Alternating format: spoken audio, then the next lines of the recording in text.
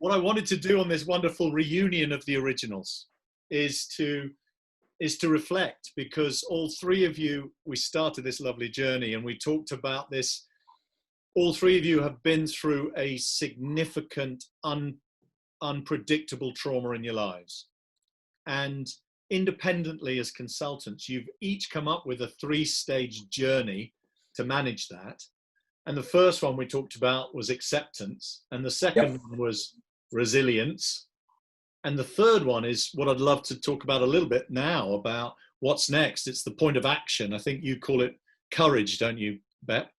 Yeah. For me, it is about courage to adapt, to take on board everything that's kind of happened, the impact that it's had, and now it's the time to step forward. So to, hopefully the other stages, you would have assimilated what some of these changes have meant for you. And now what's different, and that can take a long time. This isn't a linear process.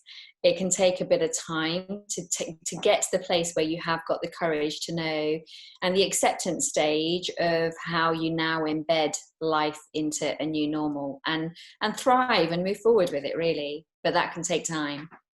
And Mark, in this time, you've come up with an ebook and a principle and a philosophy called Surthrival, and you've run 13 podcasts on the subject yourself, so that you must be pretty proud of that yourself, aren't you? Actually, 15, Mark. I'm still 15. Yet to promote. Yeah, and that was the initial aim. I had a. Remember, you and I were talking about it. It's like what seems like the right number, but for me, it was because at the time it was like, okay, this is strike while the iron's hot. People need this. People need Surthrival. There were already talks from the council and the government of like, we'll lift the lockdown at this date, and then it just kept getting pushed. So I was like, we've probably got a window of 2 to 3 weeks where this will make sense to give a guide to people while they're in it, and then it'll start lifting. Well, obviously it lasted longer, but I had this idea of 3 weeks, every weekday. That means five podcasts per week. Wow. It was 15. Turns out I could have done 30. I could probably keep going because we're not out of this yet. So, but that was, that was, and that was again a good lesson for me in being, as Bep said, sort of like force yourself to just step up and get courageous and put any image conversations you have aside and perfectionism that you have aside, which I've plenty, and just get it out there. People need this right now, and people need content. And even the conversations I had around, well, there's so much out there now. Mine's just going to get drowned in everyone else's. Why bother? Like those conversations come up too. So what? So if 2 people listen to one of my podcasts and it absolutely changes their perspective on things and has them on the right trajectory, then great. That's it served a purpose, and more importantly for me, it has too. Yeah, that's awesome. And Bill, I know that Bep and Mark are doing a lot on the work front. So have you. Yeah. Tell me a little bit about how you've used the time with your family. Yeah, 2 things really. When we started, I was quite unaware of the impact it was going to have on my 2 daughters, which for some reason I had it in my head it would be us adults who are out at work, we're going to struggle, we broke the routine. And it kind of came crashing down on their world. So I got a daughter who was 18, about to do her A-levels here in the UK, which is the last bit of schooling. And she was chairperson of the 6th form committee and all of that stuff. And one Tuesday afternoon, it all gets switched off. So 13 years of schooling came to a halt in one text from the school. And at the same time, her elite soccer career came to an end because the league was cancelled without any end of season. So my 18-year-old, who was massively engaged in her life, had it all switched off in 4 hours. And she's found a real difficulty filling that space. And ditto my 21-year-old, who was in her finals at doing law at university, law ball, graduation ceremony, all the hard work, sent home on a Tuesday afternoon to nothing. And then two text messages later, it's done, it's finished. You'll get a certificate in the post and good luck out there. And so I've spent a lot of time trying to be a father, just straightforward, being available present father with lots of words of encouragement, lots of trying to help them rationalise through what this is all about. And hopefully I've given them a bit of time that's allowed them to come to their acceptance. And the difference between the first 4 weeks and the last 4 weeks of my two daughters, I'm delighted about. They've shown a bit of resilience for being young people. They've shown a bit of dog, a bit of determination. And remarkably, they've made some sense of it in their heads, their way. So family-wise, that's what I've done. At the same time, I've had to just have an underlying support. My wife's a primary school teacher.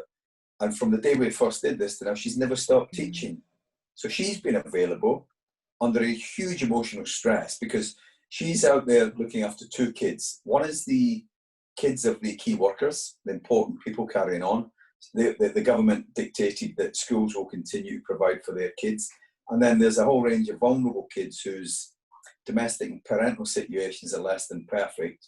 And the government have dictated that the teachers in the schools become their Monday to Friday police service that monitor their well-being, and they're alive at that level. So my wife has had the emotional thing of, she goes in as a primary school teacher and she has to do door-to-door visits to check on missing children are still there as a primary school teacher. So it's a big ask. So I've supported her doing that because I wouldn't tell her not to do it because it's her choice. She's a free spirit and she'd absolutely tell me what to do with my opinion. And secondly, I've got my two daughters. So I've actually felt reasonably helpful and of value completely where I wasn't expecting it. Because, you know, we've got a fairly independent set of 4 people in this house. And I became a little bit of a rock for the first time in a long time because I've been rubbish, basically. I've been busy and not there. And suddenly I thought I was going to be trapped in the house. But I've actually become quite valuable to my hope. And that's it. That's then extended out. So the thing you guys were saying about it, sorry, it's always valid, about putting your stuff out to the world. I've actually gone through a little phase of lots of people getting in touch with me, kind of seeking a bit of help. So I've actually been doing quite an extensive range of counselling for the first time in 10 years to maybe 10 or 12 people who are really struggling with it. So that's been my time. I've actually found a value in myself again that I'd kind of forgotten a little bit. Too busy being busy. I think that's such a big point, Bill. And I want to come back to all 3 of you because you share something, you share many things, but one of the things you share is this incredible can-do, take control of my life energy. That despite the trauma and despite the situation, right, what's next? And I love that. Before we talk about that, I'd like to take a moment to reflect on 8 weeks, because it was 8 weeks ago when we started this, and it's been an extraordinary 8 weeks for the world. What are the 1 or 2 things that each of you would say, do you know what, I've learned this and we must keep this? I think your story started to share some of the things that might be for you, Bill. But what are the 2 things we would keep? And in that same breath, what's the one thing we would want to put in room 101 and never see again? Beth, I'm going to start with you. Okay, so the 2 things that I would want to keep is actually how we live our lives as a couple.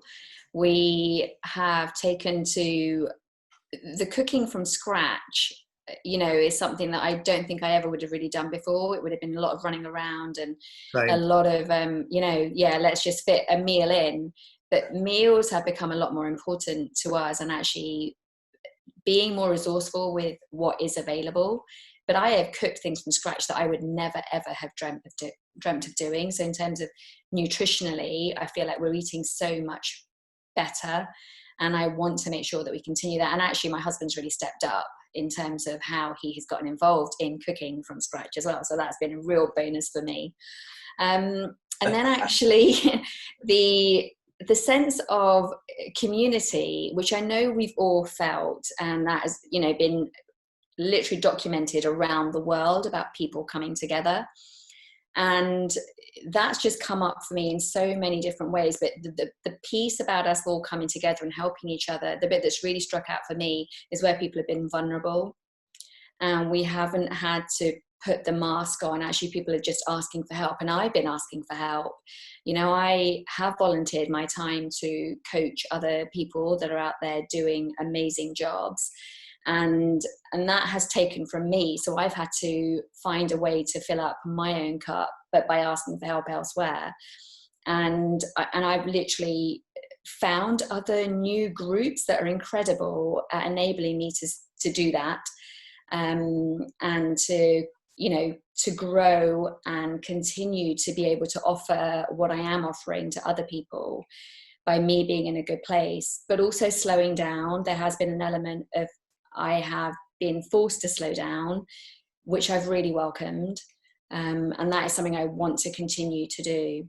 Can you come back to me on the Room 101? We'll do that with everyone. Yeah. Mark, talk to me about the 2 keepers, the must continue to do's from your perspective. Yeah, thanks, Mark. I have a feeling that we're all going to have similar answers, because when I hear Bep talk about community, that's definitely one for me. And what a great leveler this whole thing has been, in terms of people are being forced to look outside themselves and see that we are very much connected, and our actions do impact other people, not just in the community, but to actually have that sense of the entire world going through the same kind of thing. I hope that remains moving forward, with people looking at things that are happening elsewhere, where we once would say that doesn't affect me, or I'm going to carry on with my life and ignore bigger issues that are happening around the world, where it's actually, because that's what's been happening, and we've been forced to actually, you know, not to go into it too much, but poverty and like big issues that are happening in another country, in another world, don't concern us. But now I think this has opened our eyes and our world to become more of a global sense, not just in our own little bubble. And further on that connection and community and value on connection has been really profound. And and people have been forced into isolated situations. So it's actually had them, you and I talk about it, Mark, Abraham Maslow's hierarchy of needs. Right on that middle rung of the pyramid there is a basic need of human connection. So I don't think people have taken that for granted, and now they don't. So in what Bep was saying, actually, and Bill for that matter, people reaching out because they acknowledge, I'm in this now, and I'm relying on human connection. So again, I want people to take that forward and not take it for granted, and continue reaching out to people, reaching out to family, and knowing the value with your own wellness. The other thing is, connected to that is compassion and empathy. I think what that's been brought up in people on an individual level, through that connection and reaching out to other people and being empathic, because we are in this together, checking in on each other. Are you okay? That has been, again, a wonderful thing that's arisen from this that needs to keep going. So it's understanding and learning how to check in on somebody, truly from a heart-centric approach, and that's been a wonderful thing for me. And we do a lot of work with business leaders, so the other half of that is I think it's creating more compassionate and empathic leaders as well. So business, when I talk about business leaders, a lot of companies and some leaders have not done it well. Have been, all of a sudden, they've been faced with a situation where they have to let go hundreds, sometimes thousands of people. As a leader, how do you do that? As a leader, how do you avoid that? So I've worked with one particular company, made it all about, okay, I care about my people. We need to keep my people. We need to stay on top of their emotional and mental and physical wellness, because that's our number one priority through this. And here's the thing, Mark, how are you showing up as a business now is determining what your workforce are going to do next. And so one of our clients is a recruitment business, Nikki Stapleton's business. She's brilliant. And she said, I've never had so many people saying, I'm available to move. And she's run that bit. I've known Nikki for 25 years. And she said it's never been so many people saying, I'm not happy where I'm at. Exactly. This pandemic has made me clear about what good looks like, and it's Yes. not this company. Well, exactly. And those leaders, that the lesson that they get to learn through this, who haven't done it and have seen the damage caused by a lack of empathy, hopefully we'll use this as a lesson moving forward as a business leader. For example, was it one of the scooter companies here in Santa Monica? It might have been Bird, or it might have been one of the originals. There's no need for the scooter. No one's on scooters anymore. No one wants to touch them. No, I think they're even illegal. Social distancing, no hopping around to bars anymore. So over a Zoom meeting, I think they let go 700 employees or something. I don't quote me on the number. Over a Zoom meeting, it's like over a Zoom meeting, bye, right? And that left so many people disgruntled. There's been a massive backlash. So those leaders, or that particular leader, needs to learn from that lesson if they're to be successful in something like this again. Take a different approach. Thanks, Mark.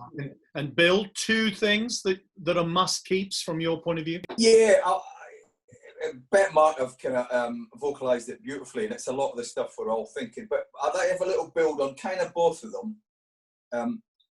I want to keep what I discovered about the comfort and how to ask other people where they're at and how they're at. I think what it's done is it's gave us permission to friends and slightly not close friends to say, how are you doing? And I'll give you 2 very quick examples of that. We've been having a rugby club Zoom meeting, and on 4 occasions out of 5, I've got on early and someone else has come early. And 4 out of 5 times, guys, so it's guys in this case, that I've known for 20, 25 years, we've done it all in sporting terms. Tour, you know what happens in tour, your best mates, on the pitch, the battles, the whole bits.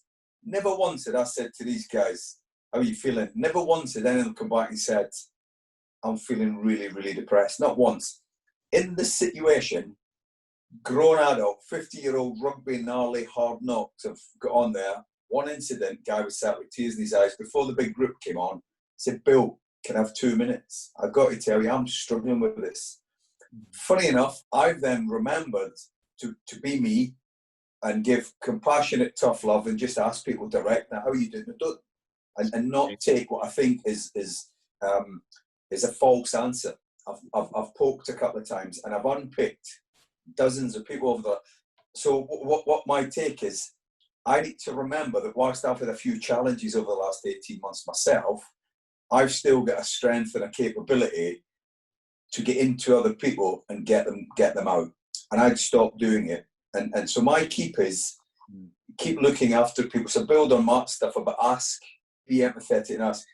I'd never stopped doing it, but I'd stopped feeling comfortable doing it because I had just come out with some troubles myself. But because I got a broken leg, if I was a physio, it wouldn't make me a bad physio because I've fixed other people's broken legs. Because I had some little mental challenges in my blindness, doesn't mean I can't ask other people and support them. So the first take is, let's keep asking each other. Don't stop when this stops. Let's keep looking after each other. Because it's not coronavirus and isolation that'll knock us back. It'll be losing our job the next time. It'll be the new baby that's keeping us up all night and knocking our heads in. There'll be a million things will put us into bad places. We need to keep on looking after each other. That's the first thing. And the second thing is, I remembered for the first time in 25 years, time is a gift. And the coronavirus was a horrible thing unless you choose to see it as we were gifted with time, and it gave us the opportunity because options were taken away to go and spend our time elsewhere, the tube, the bus, the commute, the rubbish, and time became a gift for me again. And I did a range of things that I've had 5 years of excuses not to do, and my excuse was consistently, I've got no time. I've lost 9 kilograms. I've spent time with my daughters. I've looked after my wife in terms of giving her some support that I just know I wouldn't have done. I've been too busy to support her being too busy. I've got mates who have had the time to phone up. So I'm going to take from this, and I think we should all take the time. We've all got the gift of time. Choose where you spend it. Choose wisely where you spend it. Bill, I think that's magical. I love listening to the three of you because you're triggering everything that I think as well on this topic. I'll give you a couple of it. We, as a family, a bit like your point, Beb, we sit down once a day for a meal, all four of us, for an hour. Yeah. Unthinkable before the pandemic. We'd all probably have a snack ourselves. Yeah. And family meal never happened. We're going to keep doing that. It's magical connection with people that I love. It's awesome. Build on that, Mark. Sorry, mate, cut. We've also gone no phones, no TV, nothing going on around us, and we've all agreed to that. And within 8 weeks, my own daughters are saying to each other, "Phone away." So it's brilliant. It's brilliant. We're doing it. The other one for me is this global. Your point, Mark, about global connectivity. Although the situation where you are in America with the riots is frightening, actually. What I love about it is that there are demonstrations in London and Paris and Amsterdam. Yeah. There are demonstrations all over the world about an incident that happened that's not right in Minnesota. Yeah. And I think that's great that we are collectively saying, stop this now. No. It's really cool. Yeah, I mean, when we're done with this podcast, I'm actually going to walk down the road. There's a demonstration from Venice Pier to Santa Monica Pier, a stretch of about 2 miles, where everybody's going to lay down next to each other and fill the entire space on the beach. So, we'd be doing it on the pavement, but I know what you mean. Yeah. In terms of 101 now, and for anyone who doesn't understand that concept, it's that lovely book, amazing book, 1984, by George Orwell, where there's this thing where the lead character, Winston, constantly says, "What's in that room there? Room 101." And he's told, "You know what's in there. You already know." And of course, it's the thing you fear the most, ultimately. So what is the thing that from these last 8 weeks you absolutely want to put in forever, never to see again, room 101? Who wants this one? Can we do politics? Yeah. Whatever you want to put in it, right? Okay. I'm going to be slightly controversial. I'd like to go in room 1 that we never again take national or international politics at face value and trust and believe everything you hear. Because what it's done is it's brought huge global exposure to the political system. And I think the world would do itself a huge favour to wake up, take an interest, and challenge much stronger on 2 things. The decisions and policies we hear as fait accompli and given, and who we select and choose to put in the important seats. Oh, I couldn't agree more, Bill. I'll give you an example. Because I work so much in Asia, I was taught years ago that you carry one of these with you always, so that if you're ill, you wear it out of respect because it protects other people. Yeah. The British government today, whenever it is, 10 weeks after we started, have said, you need to wear this on the tube. And it's scientific evidence that backs that up. We've known this globally for years. This protects others. We've known a lot of stuff for years, Mark. We've known a lot of stuff for years. And I'm not a big George Bush fan. You only have to go and get George Bush's statement from 2006 that said, we're no longer fighting with guns and bombs. We're fighting with gems and dollars. Mm. So there's lots and lots and lots we've known for years. It's a good one, Bill. It's a good one. We need to all set up. It's in there. Political acceptance, in it goes. In it goes. A good one. Bep, how about you? For me, I think it is any level of prejudice or racism. It has to stop. It has to go. Yeah. We cannot ignore this anymore now. And in terms of people fearing for day-to-day existence just because of the colour of their skin, is just not acceptable. And I think there has to be, we all need to educate ourselves. If we are ignorant about a subject, then don't make a judgment, go and learn something about it. Yeah. And just be very aware of our conscious and unconscious bias. We all have it. Yeah. But just be very aware of it. And I dread to think that these scenes have been horrendous, like this last week, in terms of children are what is breaking my heart when, they look at, a black child looks at a policeman wondering whether they're going to get arrested or killed. It's just not okay. Yeah. And so that for me, I'm I don't know enough about it, and I hand on heart, I'm going to learn more about it. And yes, I've faced prejudice and racism in the past, but you just think it can't continue anymore. I couldn't agree more. For me, back to our theme around you, because you said you need to learn more. I agree. Yeah. That's ask more questions and ask for help. Yeah. That's been a consistent theme. I agree.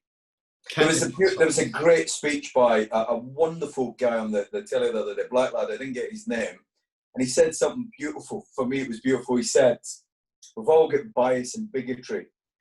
And somewhere in there, you can call it racism. Let's just call it wrong thinking. And saying and doing the wrong thing in of itself isn't a big deal. As long as you do it with willingness, that when you get pulled up for it, be willing to just accept you'll change.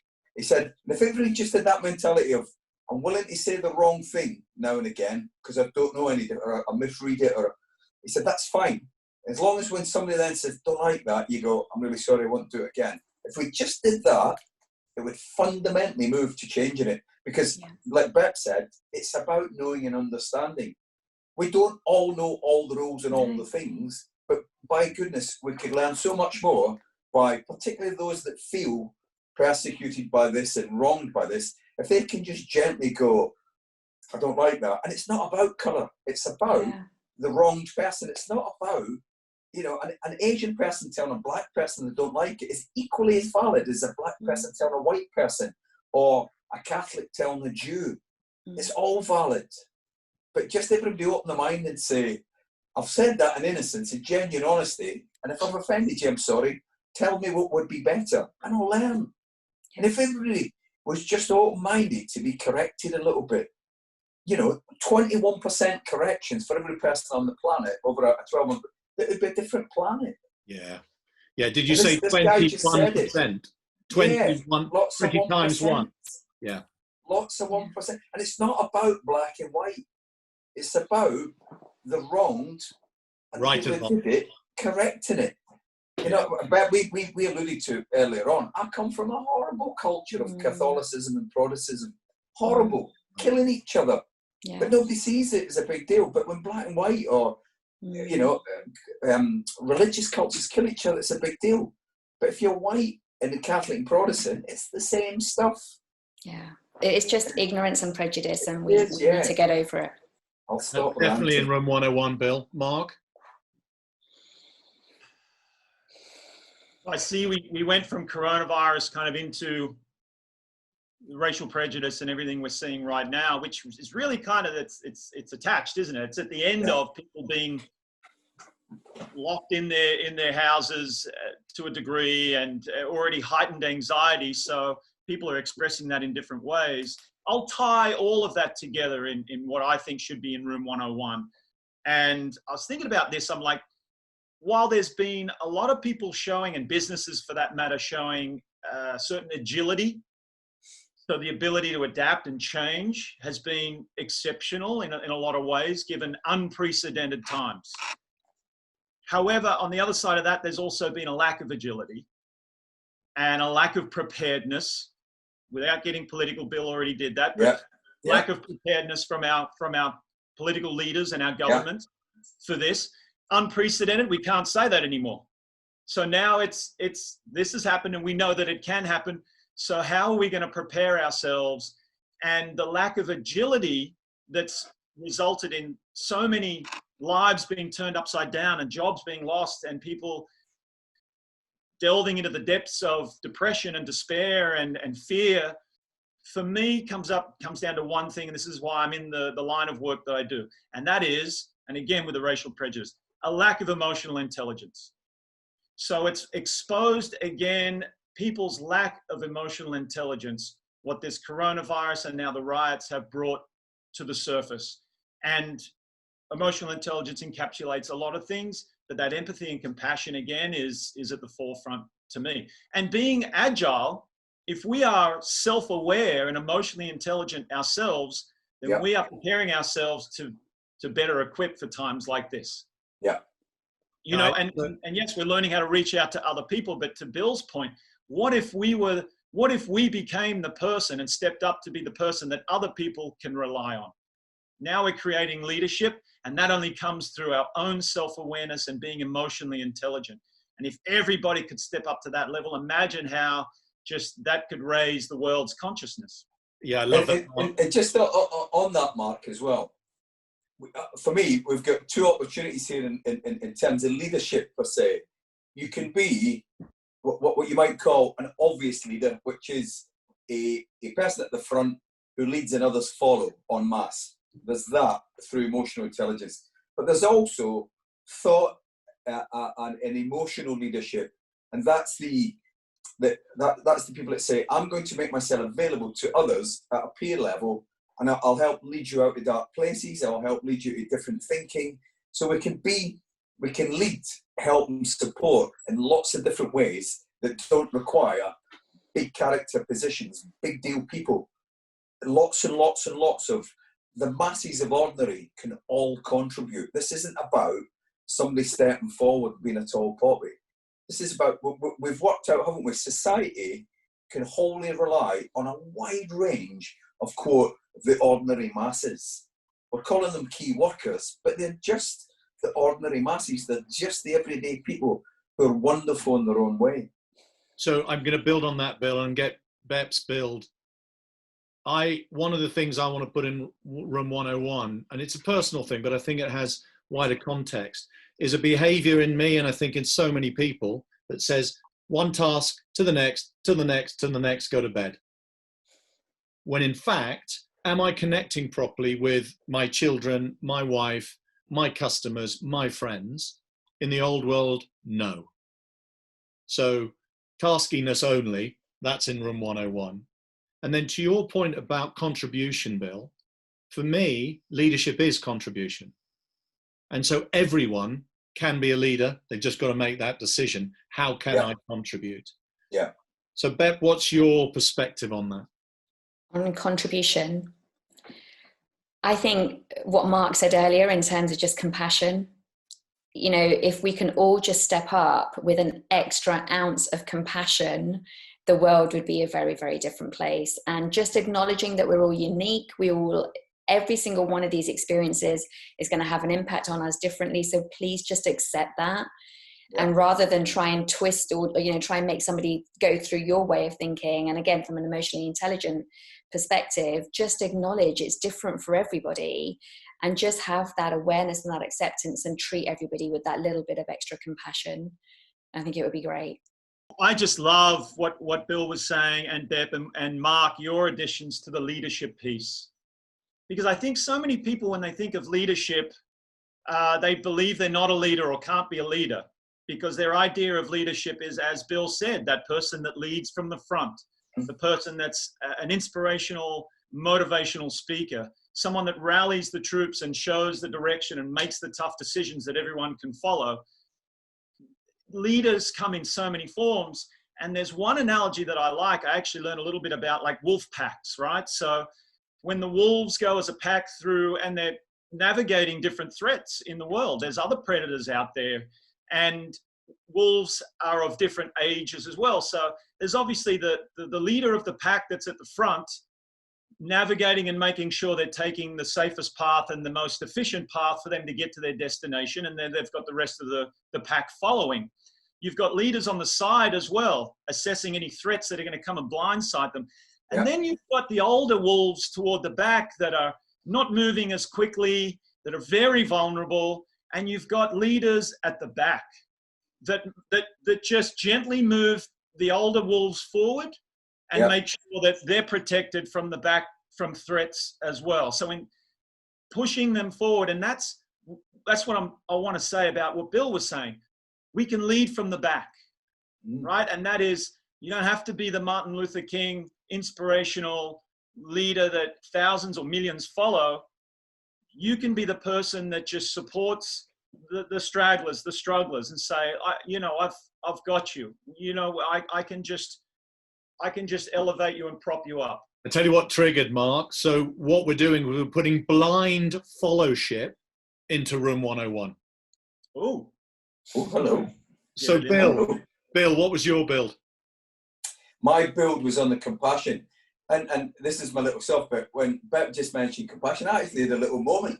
I did. About I did, yeah. And do that to us, Beth. It was because that's what was happening on my Zoom calls.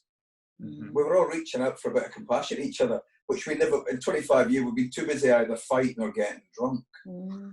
And it was compassion what was really happening. Yeah. So, my build was just on the fact that if we all walk into a place that says it's now okay to overtly show compassion, then let's make it okay to overtly take that opportunity to take it. Because I've been rubbish at taking it as well. I've been fighting my battles that you met me a few years ago, Mark, when I was right at the bottom end of losing my eyesight and stuff. Yeah. And every hand that was held out to me, I knocked it aside because I'm bulletproof. I'm the hardest guy in the world, apparently. But then when I was sneaking away and having my dark moments, I was desperate for somebody to put their hand out for compassion. And I've remembered how to do it. And it would be wonderful, wonderful if we created an environment where it was all right to reach out and take it. Because we're not very good at it sometimes. Yeah. So true. So that was the compassion. When Bert said, sure, how do we? It's compassion. That's the word. Yeah, and it's first. It's not task or urgency. It's let's connect. And sorry, and the other bit to that was purely that I've discovered again that almost without exception, we've all got a demon going on behind the green door. Almost all of us. And this has given us time, gift of time, has allowed us to go out and offer compassion, now knowing that this has reminded us all, we've all got a demon behind the door. It just depends how big and ugly it is. And that's what I'm taking away for this. 100% is we've all got demons behind the green door. Everyone, all of us. And we're more alike than we thought we were. Yeah. For that reason. Yeah, and Bill, that is so spot on. And that is my encouragement for people, is to make friends with that demon, is to learn who that demon is and why that demon exists. Only when we figure that out, that helps compassion. For another thing, get it dragged to the front door and show everybody, and somebody goes, I know that one. I know how to fix that one. I've slain that one before. You've been hiding it away, and yet I slaughtered this to bed 3 years ago. Come with me. Come on a journey with me. I've done it. I've been skinned. I've been broke. I've been divorced. I've been whatever. God, if only I knew. Yeah, well, how long's it been? 12 months. Christ. I've been with you 100 times in 12 months. Didn't know you'd that demon behind the door. If only I knew. Well, chicken and egg. Well, if only you told me. If only I knew, I could tell you. Yeah. Yeah. And so because the 3 steps that you talk about in terms of managing traumatic change, in terms of final tips for everybody, what's in terms of the third one, which is action and get something done, be courageous. Yeah. What's your final top tip, each of you? I can jump in and build on the compassion piece for me. And when you guys are talking about it, it is compassion for others, but it really starts with compassion for ourselves and tackling what Bill said in terms of behind that green door. And I had a really beautiful definition of compassion recently, which was its empathy in action. And that for me is what sums it up so beautifully. But, we can't always offer this to everybody else unless we tackle that, whatever we need to tackle for ourselves, and have compassion for ourselves first. Thank you. Mark? Yeah, I would say that action piece, once you're set, you're primed, you're inspired, you're ready to go, you see the injustice in the world, you want to make a difference, you know you can be a leader, taking that action is easier said than done. because quite often we say it, but we don't do it. There's so many things, but one thing for me is, again, on the community piece, now that we see the value of community and support, is don't do it alone. Some of us need, and don't be ashamed, and create accountability for yourself. So bring someone with you. Ask someone to hold you accountable to make sure that you carry out the actions that you are committed to doing. Get an accountability buddy, ask a family member, join a group. Don't do it alone, and that'll help you actually follow through. Thank you, Bill. I'd like to build a bit on that, but take Marks and go back a step. That's when you've started to do it, you get somebody along to witness what you're doing. I would say one of the best tips I ever got from a brilliant American speaker was be ready to be brave, then jump, because the net almost always appears. And the third thing is wait to be stunned by what doesn't go wrong. So we get the things in your head, because it's just a fact. The net often appears more times than it doesn't. It just does, or we'd all be dead, wouldn't we? We'd all never get anywhere. And the last thing is, the fear of the jump is what stops us jumping. If you just beat it, it's hugely, hugely statistically normal that the majority of things that give us the fear don't appear. They don't turn up. So prepare to be brave, jump, the net will appear, and be prepared to be surprised at what doesn't go wrong. And then go on your journey with your buddy.